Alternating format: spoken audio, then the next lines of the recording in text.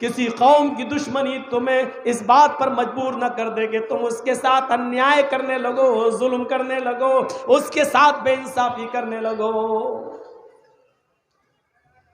यहां से हम अंदाजा लगाएं यहूदी कितनी बड़ी दुश्मन है। दुनिया में सबसे ज्यादा दुश्मन कौमों में इस्लाम की, मुसलमानों की सबसे बड़ी दुश्मन कोई कौम है तो वो कौन है? यहूदी।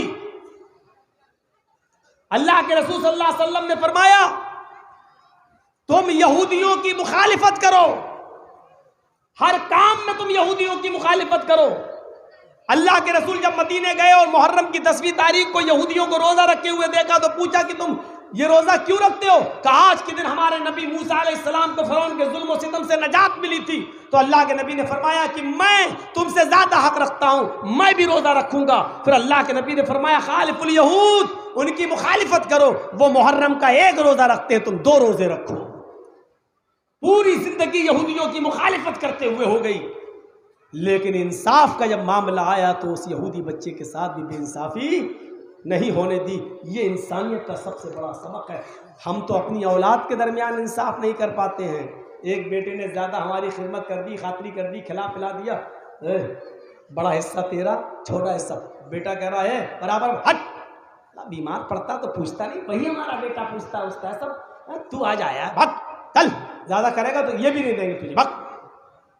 डराते कोई भी बेटा आपका कितना भी खिलाए पिलाए, आपकी इज्जत करे, आपको सर पे बिठा के रखे, सब कुछ ठीक, लेकिन अदलो इंसाफ के मामले में किसी को कम और किसी को ज्यादा आप नहीं दे सकते हैं। इस बिना पर किसी को ज्यादा नहीं दे सकते कि ये मेरी देखरेख करता है। देखरेख करता है उसका सवाब उसको मिलेगा, देखरेख करता है तो उसका अजर उसको मिलेगा। लेकिन आपके अगर 4 बेटे हैं तो चारों में किसी को ज्यादा किसी को कम आप नहीं दे सकते हैं। आप देंगे तो सबको बराबर बराबर, चाहे कोई एक बेटा आपको खिलाता ही क्यों ना हो, चाहे आपसे नफरत ही करता हो, लेकिन आपको अदल बराबर करना पड़ेगा। मौलाना क्या कह रहे हैं? हाँ, हम जो कह रहे हैं वो सही कह रहे हैं। वो जबला इब्ने अहम, और याद करो उसको जो ईसाई था और मुसलमान हो गया, हजरत उमर फारूक ने उसको एक इलाके का गवर्नर बना दिया। जबला इब्ने अहम को एक इलाके का गवर्नर बना दिया। किसने?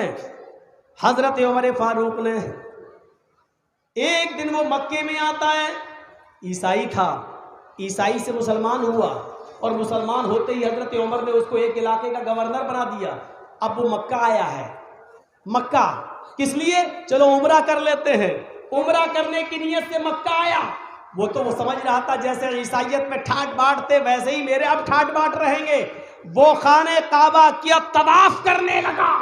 जब जबला इब्ने अहम खाने काबा का तवाफ कर रहा था तो उसकी जो एहराम होता है, एहराम, तो वो जमीन पे लटकने लगा। जबला का एहराम जमीन पे लटकने लगा। जैसे वो एहराम जमीन पे लटका तो एक सहाबी जो देहाती थे, एराबी थे, बद्दू देहाती सहाबी, उनके पैर के नीचे उसका एहराम दब गया। जब वो आगे बढ़ा जबला तो थोड़ा खींचने लगा, जैसे मेरा कोई कुर्ता हो बैठा कोई आदमी, जब मैं उठूंगा और उसके पैर से दबा हुआ हो, सही लगा, उसके पैर से अगर दबा हुआ हो तो एकदम जब उठेंगे तो एकदम खिंच जाएगा। तो जैसे ही वो जबला आगे बढ़ा तो चादर उसकी जो एहराम पहने हुआ था वो खिंच गया, वो कांधे से नीचे आ गया। जबला ने ऐसे पीछे मुड़ के देखा, देहाती आदमी जाने कहां से आ जाते हैं उम्रा उम्रा करने, और पलटा और एक थप्पड़ मार दिया उसके। उस सहाबी तो बेचारे खिंचा। तवाफ पूरा हो गया। इत्तेफाक से हजरत उमर फारूक भी मक्के में आए हुए थे, वो भी उम्रा करने की गरज से आए थे। एक दिन पहले उम्रा कर चुके थे लेकिन अभी मक्का ही में थे। उनकी अदालत में उनके सामने मुकदमा पहुंच गया। हजरत उमर फारूक से कहा गया,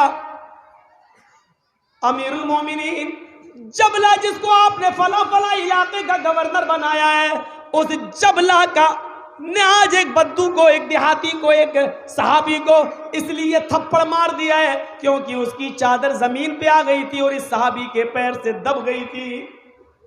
हजरत उमर फारूक ने बुलाया, जबला इधर आओ। जबला है, ये सुनने में आया है, हाँ अमीरुल मोमिनीन तुमने इसको थप्पड़ मारा है? कहा जी मारा। भाई उस तुम्हारी चादर जमीन पे गिरी, उसके पैर के नीचे दब गई, ये तो इत्तेफाक से हुआ है, धोखे से हुआ है, जानबूझ के तो उसने नहीं दबाया है, तुमने इसको थप्पड़ क्यों मारा? आए जबला खड़े हो जाओ, इस एराबी को, इस देहाती को भी मौका दिया जाएगा। जितनी जोर से इसने तुम्हें मारा है, जितनी जोर से तुमने से मारा, ये भी तुम्हें उतनी जोर से मारेगा। आए देहाती जाओ जबला को एक थप्पड़ मारो। जबला क्या कहता है? अमीरुल मोमिनीन आप क्या कह रहे हैं? आपका दिमाग तो ठीक है, मैं जबला हूं, फला इलाके का गवर्नर हूं, ईसाइयत छोड़कर इस्लाम लाया हूं, मेरी खूबियां देखकर आपने मुझे फला जगह का गवर्नर बनाया है और एक मामूली आदमी मुझे थप्पड़ मारेगा? हजरत उमर कहते हैं सॉरी, थप्पड़ तो तुम्हें खाना पड़ेगा। इस्लाम लाने के बाद कोई अमीर नहीं, कोई गरीब नहीं, सिर्फ ओहदा है तुम्हारे पास गवर्नरी का, वरना इंसानियत के एतबार से तुम ऊंचे नहीं हो। तुम्हारी वही हैसियत है जो इसकी है, काले गोरे सब बराबर हैं, और तुमने इसको थप्पड़ मारा है तो थप्पड़ तुम्हें भी खाना पड़ेगा। जबला कहता है अमीरुल मोमिनीन मुझे एक रात की मोहलत दीजिए, कल तक की, मुझे कुछ सोचने दीजिए। हजरत उमर ने कहा क्या सोचते हो? क्या सोचोगे? कहा मुझे सोचना यह है कि मैं बदला दूं या ना दूं, या अपने भाई से माफी मांग कर उसको मना लूं, या फिर अगर ये आदमी जिसको मैंने थप्पड़ मारा है इसको कुछ माल ले दे कर राजी कर लूं।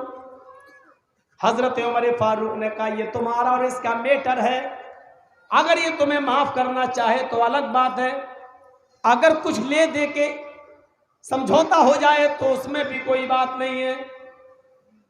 मैं तुम्हें आज की रात की मोहलत देता हूं और कल मुझे बताओ, अगर ये नहीं मानता है तो तुम्हें थप्पड़ खाना पड़ेगा। ये कहा मानने वाले, इन्होंने सहाबा कभी पैसों में बिके ही नहीं है।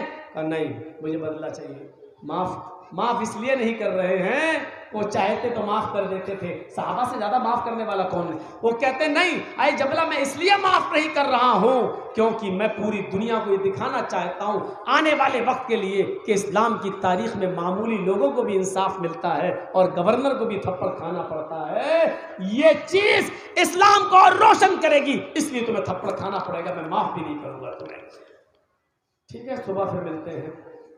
उसने सुबह का इंतजार ही नहीं किया, अपनी बेइज्जती के डर से कि इतने बड़े गवर्नर को थप्पड़ मारा जाएगा, वो रात ही रात भाग गया और ईसाइयों की बस्ती में चला गया, उमर के इलाके से निकल गया, इस्लामी हुदूद से निकलकर वो काफिरों के हुदूद में पहुंच गया और वहां जाकर ईसाइयों में फिर शामिल होकर मुर्तद हो गया। हजरत उमर फारूक ने इसकी कोई परवाह नहीं की, जाओ अगर यहाँ कभी आए तो फिर देखा जाएगा, लेकिन तुम्हारा मुर्तद हो जाना हमें गवारा है, लेकिन इंसाफ का मर्डर करना गवारा नहीं है। इंसाफ का मर्डर नहीं होने दिया। हम और आप जरा सोचें, जिसके पास 2 बीवियां हैं क्या वो अपनी दोनों बीवी के साथ इंसाफ कर रहा है? किसी के पास अगर 4 बेटे हैं तो क्या वो अपने बेटों के साथ इंसाफ कर रहा है? इस पर भी हिसाब व किताब होगा। छोटे छोटे बच्चे आपके 2-3, किसी को 10 रुपए दे दिए, किसी को 5 दे दिया, किसी को 20 दे दिया। एक बच्चे को बाजार ले गए, किसी को कुछ दिला दिया, दूसरे बच्चे को कुछ, किसी को 5 रुपए की चीज दिला दी, किसी को 10 की चीज दिला दी। ये मत सोचिए। अरे जब एक औरत अपने बच्चे से कहती है बेटा इधर आओ, छोटा सा बच्चा खेल रहा है मिट्टी से, अल्लाह के नबी बैठे हुए और नबी के सामने कह रही बेटा इधर आओ, कहा क्या? नहीं अभी अब खेल, इधर आओ बेटा, एक चीज़ दूंगी तुम्हें, इधर आओ, आओ तुम्हें एक चीज़ दूंगी। बच्चा दौड़ता हुआ आया चीज़ के नाम से। अल्लाह के नबी ने कहा तुम उसको क्या दोगी? अल्लाह के रसूल कुछ खजूर रखे हुए दे दूंगी। अल्लाह के नबी ने कहा अगर तुमने उसको कुछ न दिया होता